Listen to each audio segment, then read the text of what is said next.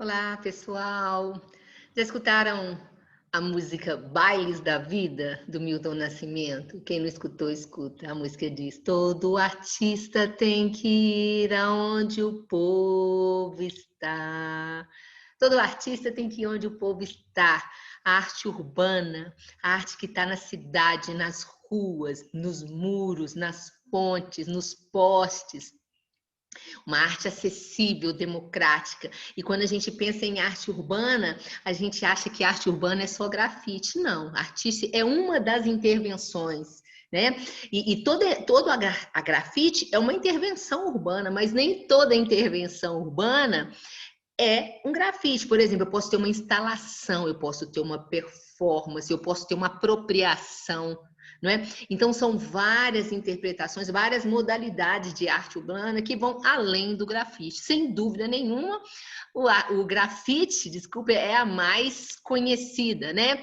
E a gente vai falar muito sobre isso nessa aula, sobre a arte urbana. Vou tentar resumir por conta do tempo, né? Essa plataforma não permite o tempo muito longo.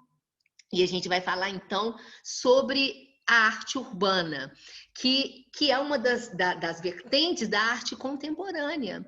A arte urbana tem a ver com a arte conceitual, quando ela apropria de objetos, vocês vão ver aqui, né? Transformando, refletindo, ironizando, questionando o espaço urbano, trazendo coisas da nossa vida, da vida cotidiana. E a arte contemporânea, tem uma aula minha que vocês podem assistir sobre arte contemporânea, ela não quer te dar respostinhas, não. O que isso significa? Aquela velha pergunta. Ela quer te fazer perguntas, ela quer que você ache as suas respostas. E em todas essas aulas minhas, eu queria, assim, eu dou uma referência, porque essa é a minha função, né? Fazer com vocês uma espécie de alfabetização estética. Mas depois vocês naveguem sozinho, visitem outras plataformas, né?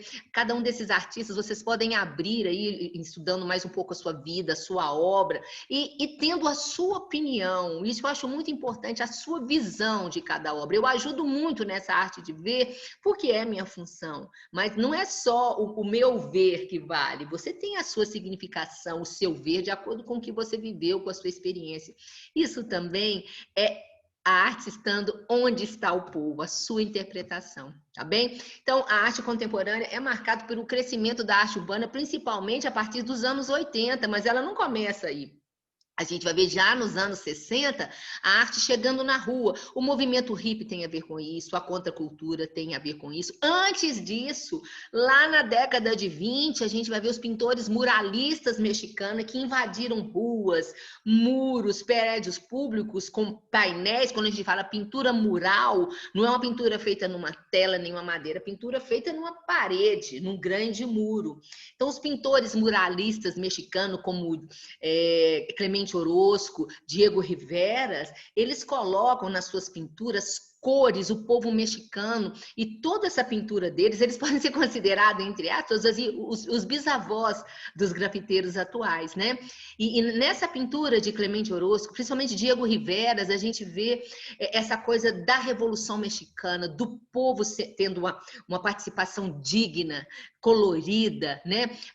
Uma arte de resistência, o povo nas ruas, o povo no poder. Muito bonito o trabalho dele.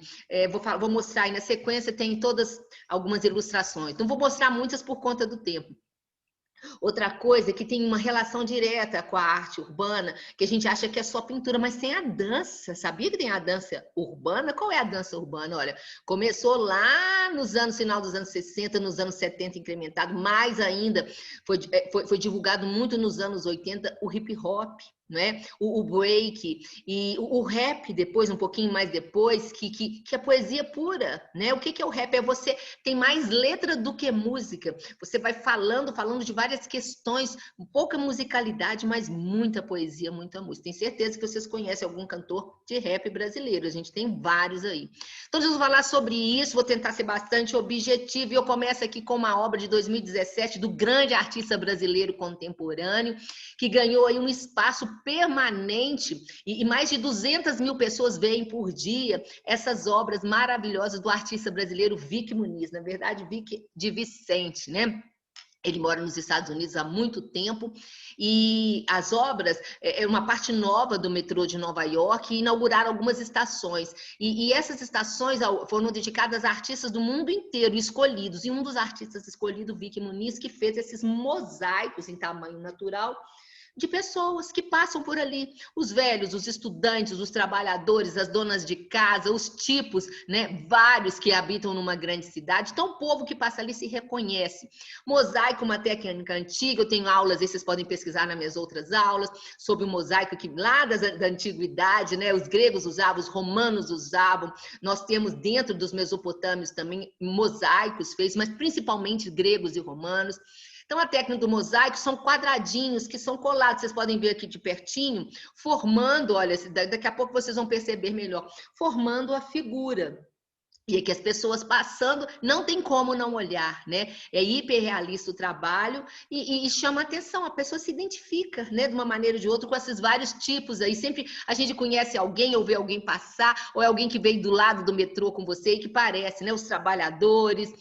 Sobre o mosaico, vocês podem ver aqui, olha, nessa parte aqui da calça desse senhor, vocês podem ver os quadradinhos, são colados. Eu estava pesquisando, foi uma empresa alemã que ele contratou para que executasse a feitura, o projeto de Vicky Muniz. Mas isso foi feito por uma empresa de mosaico, um trabalho muito delicado, muito perfeito. E como eu disse para vocês, os vários tipos, né?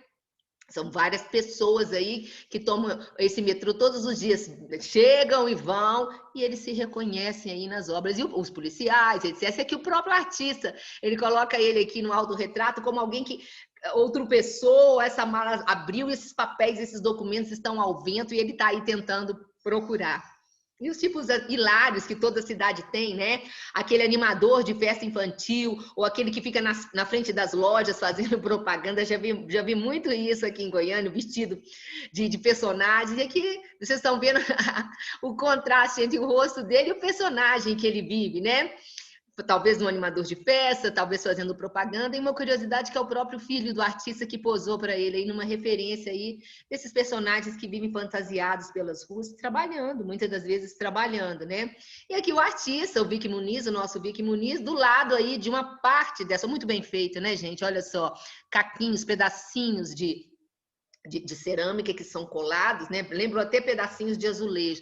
E aqui também uma parte dessa obra polêmica, vocês estão vendo aí um casal, né, homossexual, que ainda hoje o preconceito é muito grande, vocês sabem disso, a falta de respeito, né, a falta de aceitação da diversidade. E Vicky traz isso aí pra gente de uma maneira completamente natural e muito linda, né?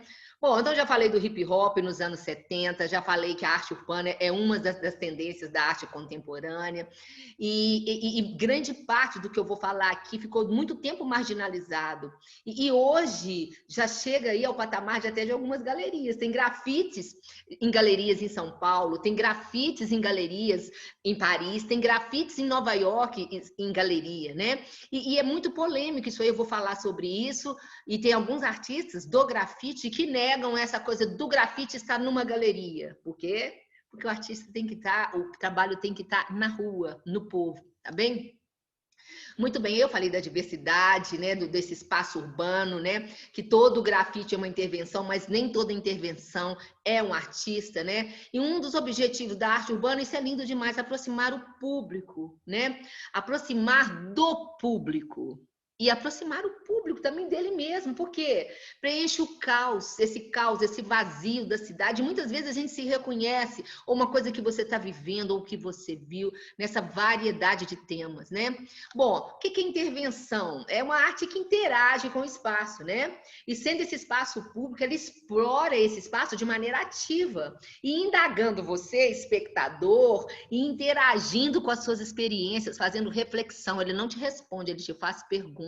Né? São muitas formas, né, de utilizar a cidade, e pode usar esses elementos todos, como os próprios moradores, o trânsito, a paisagem, a arquitetura, os elementos culturais.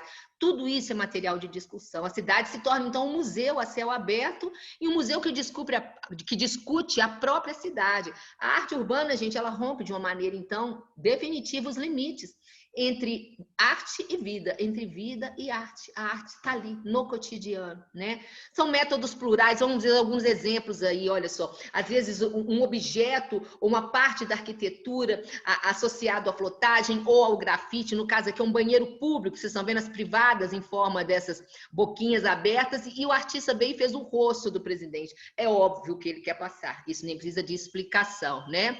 No caso aqui, olha, um bueiro que foi feito sobre o fumo, questionando o fumo, o cigarro, o mal que isso faz. Só um minutinho que eu vou só recarregar aqui o computador e volto, tá? Só um minutinho.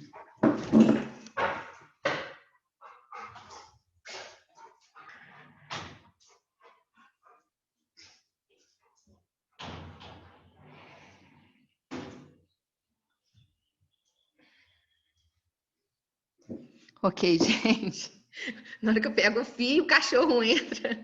Coloquei ele para fora, a aula viva é assim, tá, gente? Muito bem, então faz uma reflexão aí sobre o cigarro. Vocês podem ver que o bueiro tá tossindo, né? Tá engasgado aí com a fumaça e o mal que o cigarro faz. Olha só, aqui nessa intervenção, aqueles caminhos que são feitos para os deficientes visuais, estava estragado. Né? E isso é muito importante para quem tem dificuldade na visão ou quem não enxerga nada, porque ele vai se guiando aí por esses caminhos que tem essa textura aí que indica quando tem acesso a uma esquina, quando tem uma entrada, quando etc. Tem uma leitura que é feita aqui com as bengalas dos deficientes. Então, num pedaço que foi estragado, o artista coloca um band-aid gigante, tipo assim, tá machucado. Né? Isso aí precisa curar, precisa ser consertado, muitas pessoas precisam disso.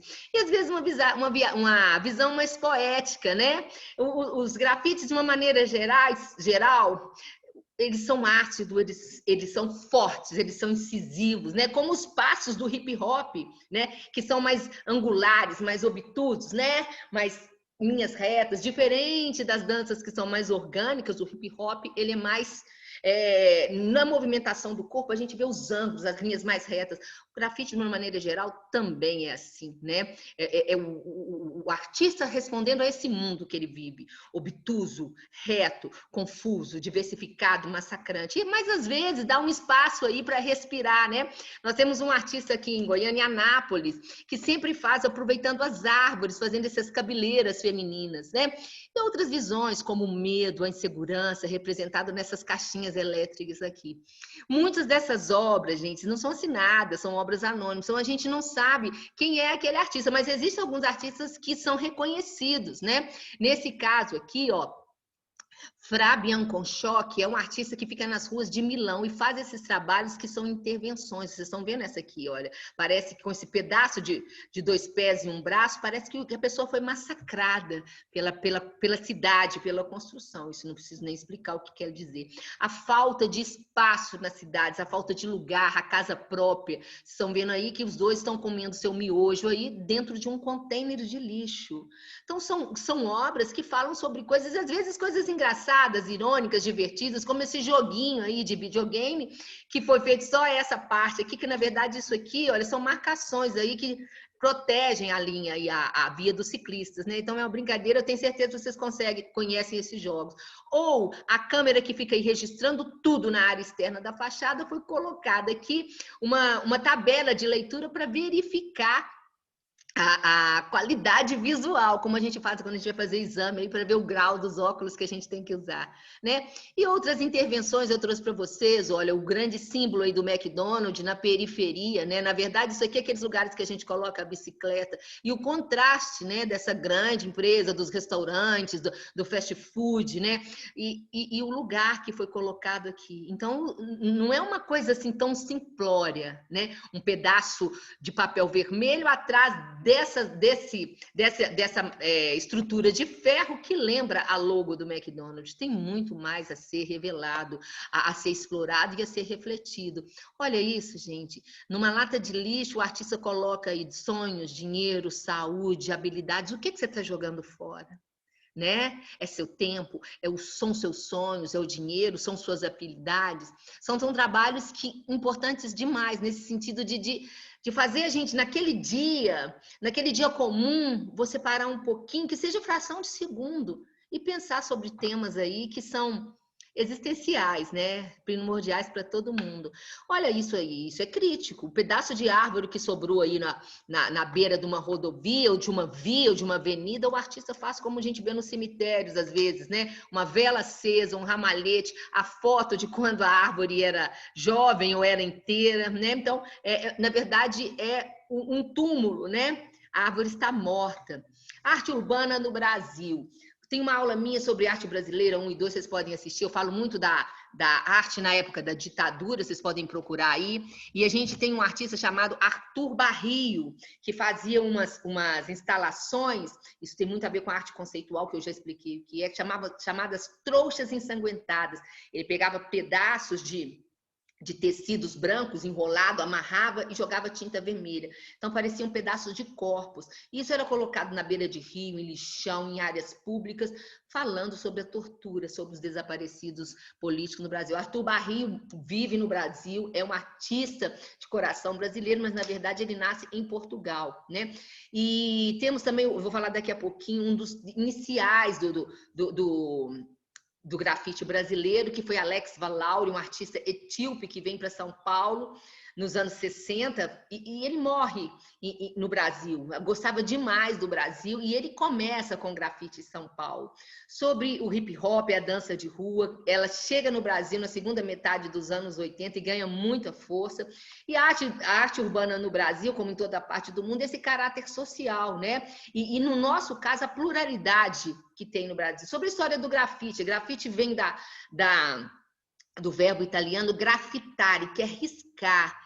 Tem várias aulas minhas que eu falo, porque eu tenho uma aula minha que fala sobre a arte cristã primitiva.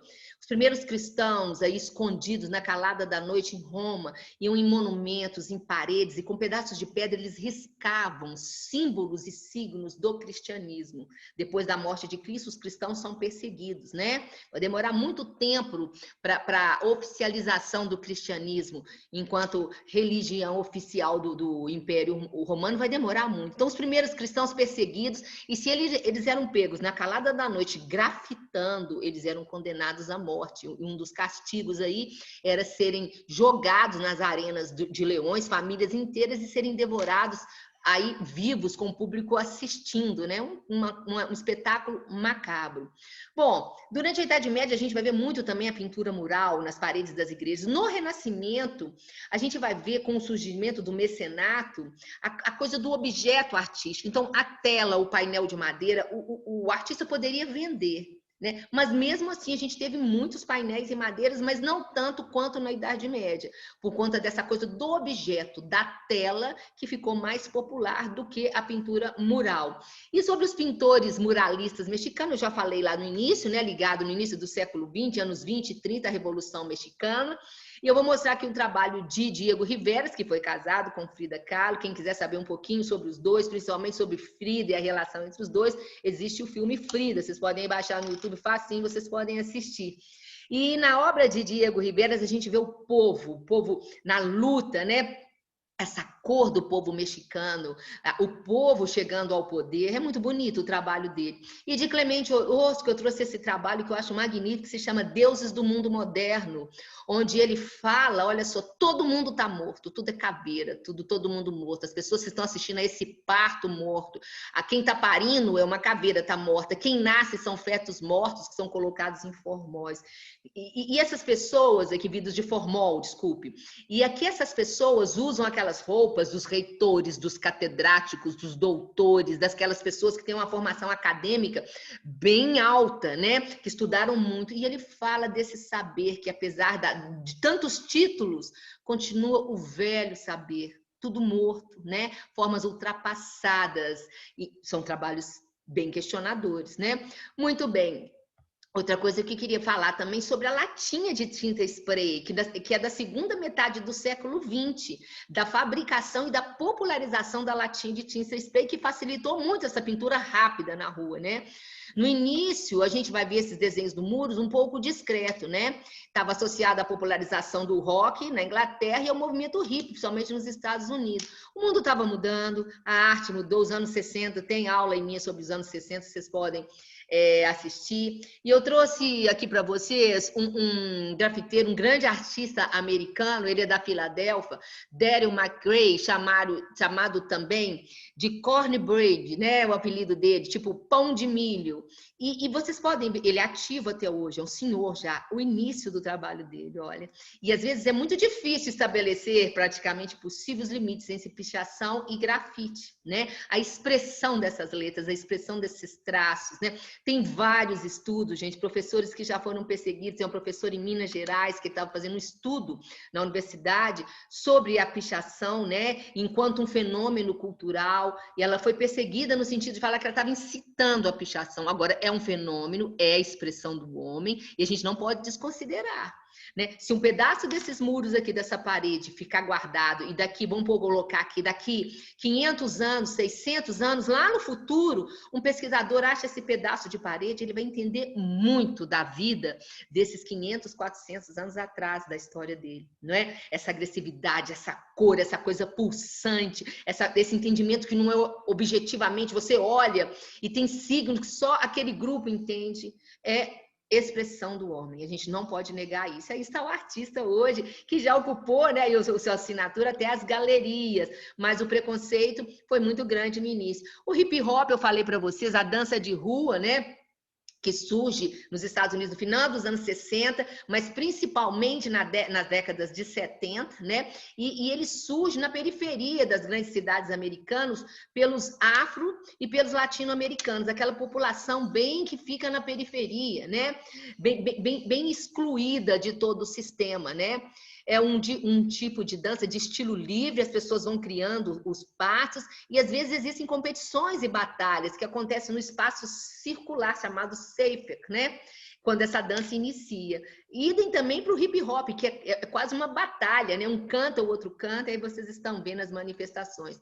E outra coisa que eu queria falar, ó, isso também na década de 60, parece que é mais atual, né? Mas lá na Jamaica, a gente vai ver o rap, que na verdade, olha, ritmo e poesia, são as iniciais, né? Ritmo e poesia. Eles vão falando, muita fala, muita palavra e pouca melodia, mas são batalhas, e são questões impressionantes que são levantadas, né? Sobre vida, sobre preconceito, sobre violência, sobre exclusão. Nós temos muitos cantores de rap no Brasil, né? Se eu for abrir cada aula dessa, a gente não para, né? E sobre ainda a história do grafite, a gente vai ver dois artistas muito importantes, já falecidos, Basquiat e Keith Haring, né? Keith Haring, ele é de 1958, ele falece nos anos 90, é americano e faz uns trabalhos com esses personagens. Parecem bonequinhos fofinhos, mas ele fala de muita coisa. Ele fala sobre a vida, ele fala sobre solidão, ele fala sobre o poder, ele fala sobre o preconceito, sobre a sexualidade. Não vou comentar cada um deles, mas vocês podem ver, olha, a idolatria, os falsos ídolos, né? Às vezes a gente não saber para que lado ir. Quer ver outro que eu acho muito importante? A alienação, né? Aqui não ouço, não falo, não vejo nada. E várias outras coisas que ele levanta aqui com essas figurinhas. Aqui, olha, às vezes instituições, poderes, pessoas que sugam tanto a gente que a gente se sente assim, vazio, né? Como se alguém pudesse passar de um lado para o corpo, para o outro do nosso corpo, a mão. E outras coisas que são questionadas, como o amor, o poder, caminhos, né? Se essas figuras se separam, o que acontece com esse coração? Dá um nó, né?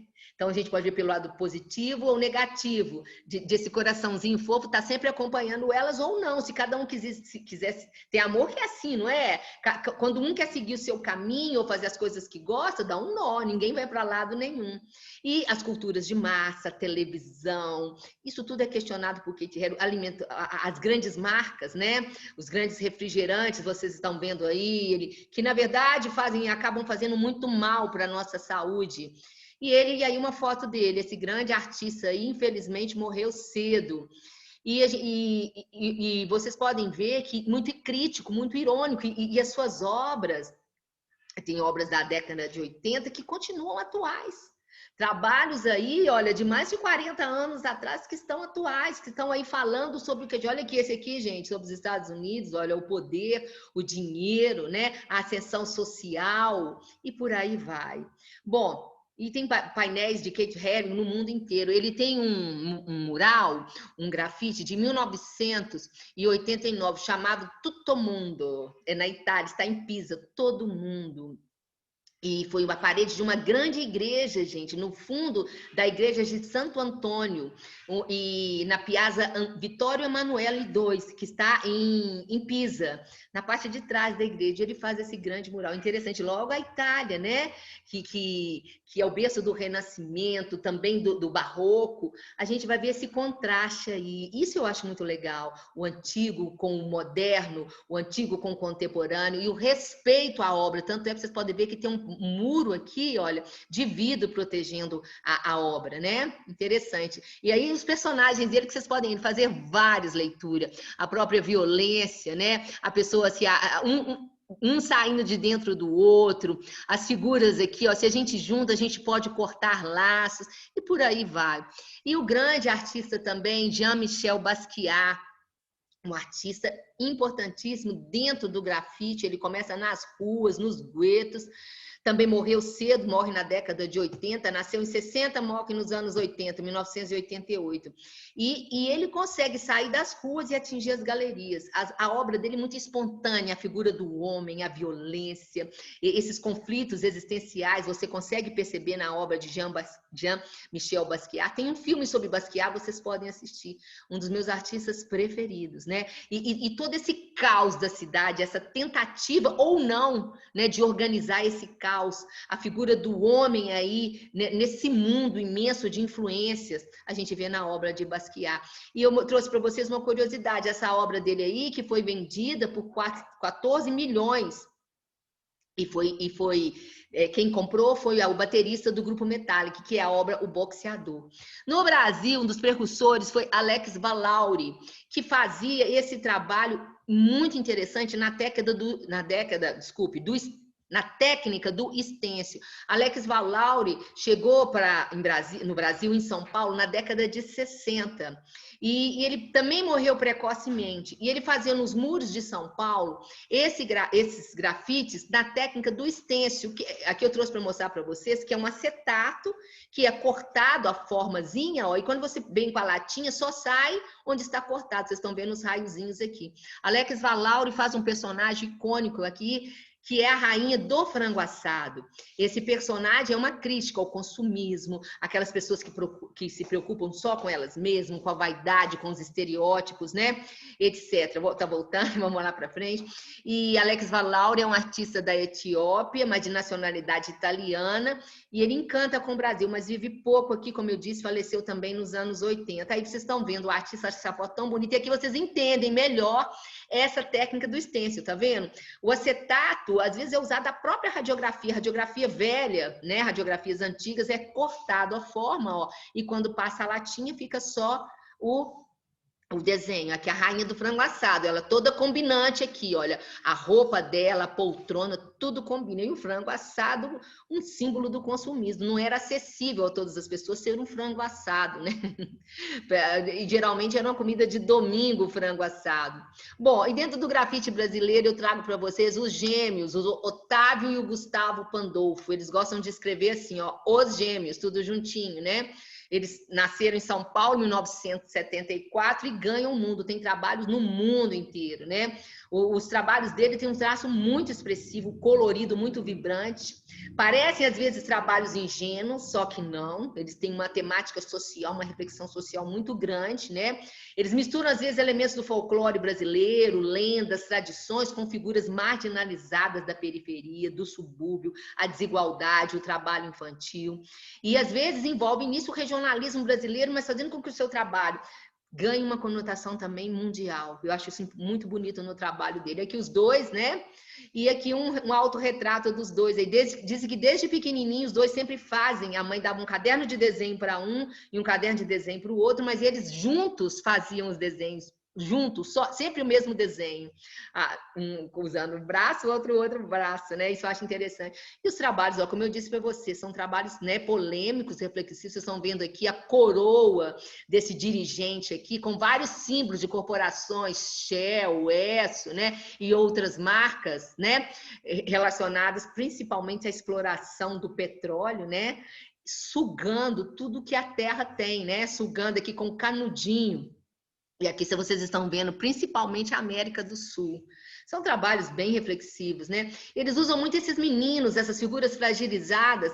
Quando eu morava em Belo Horizonte, a gente via muito na época do frio, os meninos de rua, eles pegavam o agasalho, colocavam na cabeça e deixavam aqui esse pedaço aqui da gola, os olhos, né? Para proteger do frio.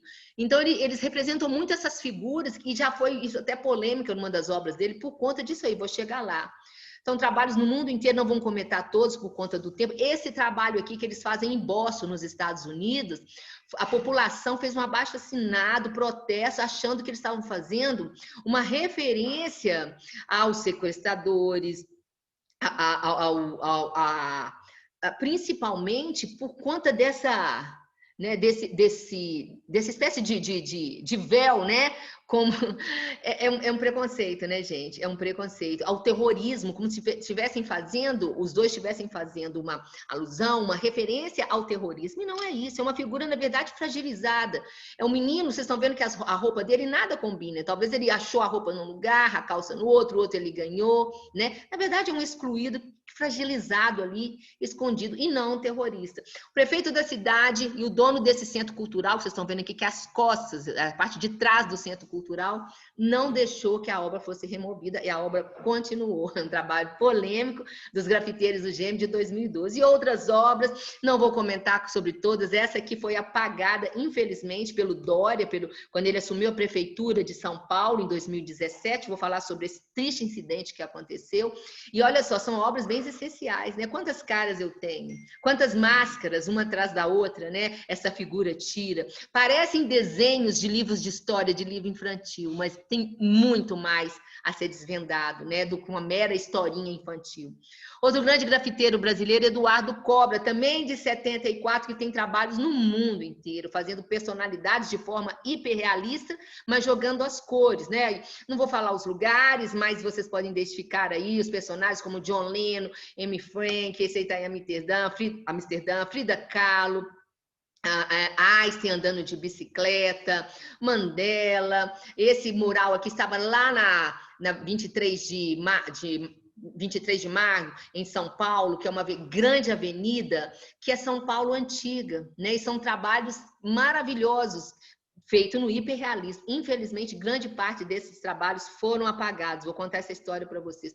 Um gol aí que o jogador brasileiro marcou, um gol icônico, né? O jogador Falcão, e várias obras de Eduardo Cobra. E a gente tem aí um outro artista também, Eduardo, que é Eduardo Srur, que trabalha com intervenções, trabalhos conceituais, principalmente na cidade de São Paulo. Olha, a gente tem uma obra dele aqui, que ele faz essas garrafas PET gigantes e põe aí ao longo da Marginal Tietê, que fala sobre como protegemos os nossos rios, da nossa poluição, quer dizer, a nossa falta de proteção, como o nosso lixo é descartado, né? Como se torna gigante aí essa garrafa PET, contribuindo para a poluição do rio Tietê.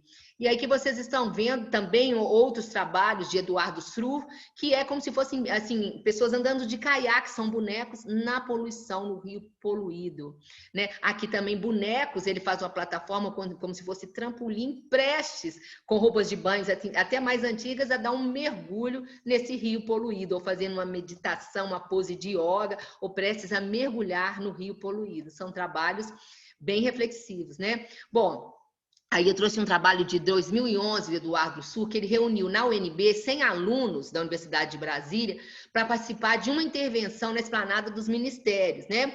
Eles percorreram, então, o gramado daquela esplanada vestido com capas laranjas e eles jogavam boias salva-vidas nos espelhos de água em frente ao Congresso. Ao mesmo tempo, um Refne, uma instalação, né? Uma intervenção, é uma mistura disso tudo. Então, um salve-se quem puder, né? O caos está tanto que a gente precisa dessas boias salva-vidas para nos salvar aí de desse afogamento eminente que a política às vezes não leva, não a política, né, gente? A corrupção, os maus políticos, né? É isso. Um trabalho interessante, né? Aí eu falo um pouquinho sobre a instalação dele, né? E aqui, um outro trabalho dele que ele fez aqui sobre mobilidade urbana, em 2018, ele faz esse túnel feito com carrinhos e você se sente bem apertado, que é também um levantamento, se cada um tem seu carro e vai para o trânsito, como vai ser isso daqui a alguns anos? Então, precisamos de busca de transportes alternativos, é isso que o trabalho fala. Isso eu vi muito em São Paulo, são carrinhos gigantes de supermercados que estão literalmente atolados, ou no concreto, ou na terra, né? Carrinhos que estariam prontos a serem aí lotados de bens de consumo, mas estão atolados. Ele faz aí uma reflexão sobre o consumo. Ou peixes que não são mais peixes, são peixes mecânicos que nadam aí sobre flutuantes nesses rios.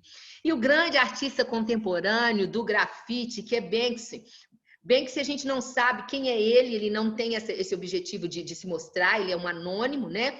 E algumas pessoas até acreditam que ele seja um coletivo, é notório o trabalho dele. A sua carreira inicia no final dos anos 80, e ele tem trabalhos também no mundo inteiro, super valorizado, e um artista polêmico, usa principalmente a técnica do stencil.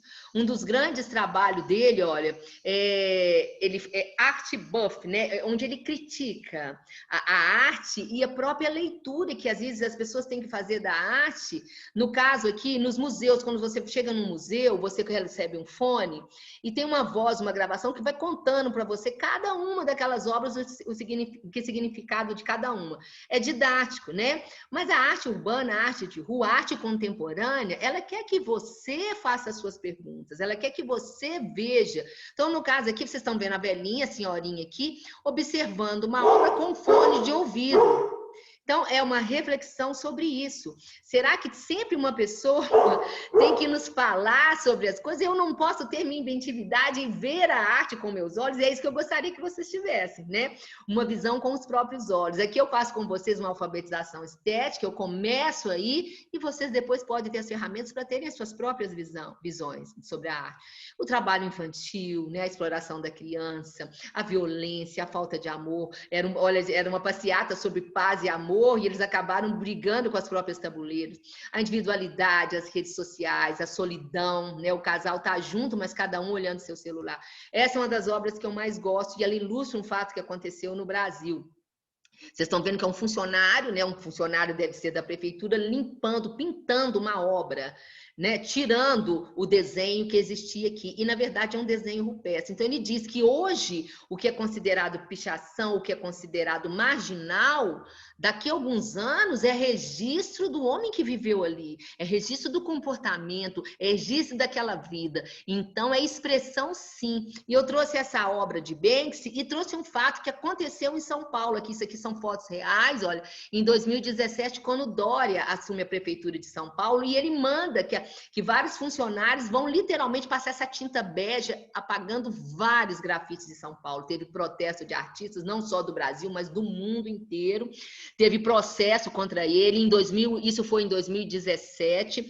Em 2019, ele foi condenado, ele teve que pagar 782 mil para o Fundo de Patrimônio Cultural e Ambiental Paulista, mas ano passado, em 2020, teve uma juíza que absolveu. Ele foi absolvido disso aí, de 3 ações que foram movidas contra ele nesse apagar dessas obras aí. Foram muitas obras, principalmente nessa grande avenida que eu acabei de mostrar para vocês, que é a 23 de Maio, São Paulo. Olha só, obras muito bonitas, vocês estão vendo a qualidade das obras que foram apagadas, né? Então, é só isso. Agora, voltando para Banksy e outras obras, olha, essa aí fala dos estereótipos. Quando a gente olha para essa obra, você acha que vai estar na mão do rapaz aí um coquetel molotov, mas você vê que tem um ramo de flores. Ele atira poesia, ele atira amor, ele atira gentileza. Então, são trabalhos muito bem feitos, um artista muito inteligente. E a gente tem obras de Banks que são vendidas, né?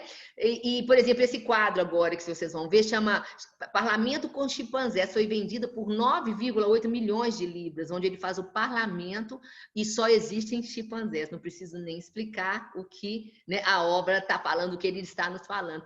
E uma coisa polêmica sobre ele foi um último trabalho que ele fez aí, né, a última polêmica de Banksy, uma obra dele que mostra uma menina que tenta alcançar um balão, foi arrematada por 1,4 milhões de libras, por volta de 5 milhões de reais. E assim que ela foi arrematada nessa loja de leilão, foi batido o martelo, tinha um contato de Banksy na plateia que acionou o controle remoto e a obra foi picotada, que vocês estão vendo aí, para surpresa das pessoas. Mas só que deu um tilt, o mecanismo parou. E mesmo assim, a obra foi arrematada. Ele nos diz, então, aquilo que eu falei no início dessa aula, que a arte urbana tem que estar na rua, não dentro das galerias para uma elite, né? Na verdade, é um protesto. Agora, também eu pergunto para vocês, como essa obra chega aí? Né? É uma obra dele. Como que essa obra conseguiu? E na verdade, a original é essa aqui, olha, a menina com balão. O balão foge da mão da menininha, né? O amor, o balão em forma de amor. E um dos trabalhos dele foi essa grande instalação feita em 2015. Era um parque temático abandonado aí, na Inglaterra, né? No condado de Somerset. E ele faz, então, uma Disneylândia às avessas, Dismalland. Dismal significa um lugar sombrio, desanimado, mais ou menos isso em português. E é uma referência a várias coisas que acontecem no nosso mundo, né? Diferente daquele mundo mágico, do Mickey, né? Dos parques temáticos, das Disney, ele mostra questões atuais do nosso mundo. Vou falar algumas outras. Por exemplo, as recepcionistas, os guias, estão sempre de saco cheio, sabe? Sempre assim, não fazendo aqueles, bom dia, não, aquela coisa de guia, de viagem. Eles são verdadeiramente o que eles estão ali, ó, de mau humor com as pessoas. E outras obras, por exemplo, o Castelo da Cinderela, sabe o que tem lá dentro? Olha só, essa instalação. A Cinderela acabou de ser acidentada, a carruagem dela caiu. Vocês vão ver que ela parece morta, idem para os cavalos. Tudo isso é da instalação. Essas pessoas aqui não são turistas, não, isso também é da instalação. São os paparazzis que ficam aí com seus cliques das suas super máquinas, com os barulhinhos e com as luzes sendo ativadas 24 horas por dia, quando a instalação ficou, né? Esse parque temático ficou durante algumas semanas só, depois ele foi desmanchado. Então faz uma referência a esse sensacionalismo, a imprensa que às vezes quer mostrar a tragédia, né? E eu queria contar um caso aqui, me lembra muito quando eu vejo essa instalação, da morte da princesa Diana, da Lady Di, que sofreu um acidente em Paris, num dos túneis em Paris. E ela e o namorado estavam sendo perseguidos pelos paparazzis. E assim que o carro teve o acidente, ela estava muito machucada, ela foi fotografada. E essa foto foi aí, viajou pelo mundo em vários, né, em lugares, quer dizer, uma falta de respeito com a dor do outro, e isso bem que se faz aqui nessa exploração aí da tragédia alheia, né? As montanhas russas, aqueles que caem em lagos, que as pessoas fazem, uhul, aqui não tem uhul, são barcas de refugiados tristes, né? Que todos os dias atravessam o Mediterrâneo aí, fugindo de áreas de conflitos, tentando um lugar ao sol, ou nas ilhas gregas, ou na Itália, etc, etc. Isso todos os dias a gente vê. Esse pedaço eu acho fantástico, olha, ele faz uma grande crítica ao Sea Road, que é um espetáculo que tem na Disney com as orcas, com as baleias, com os golfinhos. E o sacrifício, né, gente, que esses animais sofrem, é uma tragédia na vida deles, eles serem educados para fazerem aquilo, a perda da liberdade. E aqui, vocês estão vendo que a baleia sai de uma privada, uma baleia artificial, vai passar pelo arquinho e cair aqui numa boiazinha, numa piscinazinha inflável com água suja. Então, uma crítica a esses espetáculos. Eu recomendo a quem tem um interesse sobre ecologia, sobre o que está acontecendo, né, com os nossos animais, com o planeta. É um documentário bem antigo, mas eu recomendo, chama Blackfish, que mostra a história dessas orcas nos parques temáticos. Como é triste a vida delas, porque que às vezes tem ataques aos treinadores por conta desse estresse que elas passam. Blackfish, assiste quem nunca assistiu. E eu encerro aqui, gente, mostrando esse artista aqui, um artista norte-americano, que ele mora no sul da Califórnia, se chama Jeff Gillett, que faz esse trabalho, já que eu terminei falando de Banksy, da Disney, com essas pinturas bem subversivas, onde ele mostra o campo dos refugiados, as favelas, o caos das pessoas que não têm onde viver, com esse mundo decadente, né, da Disney, do entretenimento e o contraste que existe no mundo entre os poucos que têm muito e os muitos que não têm nada. E eu encerro com as obras dele aqui, que não precisa nem de explicar, um grande artista americano contemporâneo. Muito bem, espero tê-los ajudado, né, sobre arte urbana, e abram esse conteúdo. Vejam mais artistas, assistam os documentários que eu falei. Beijo, então. Até a próxima.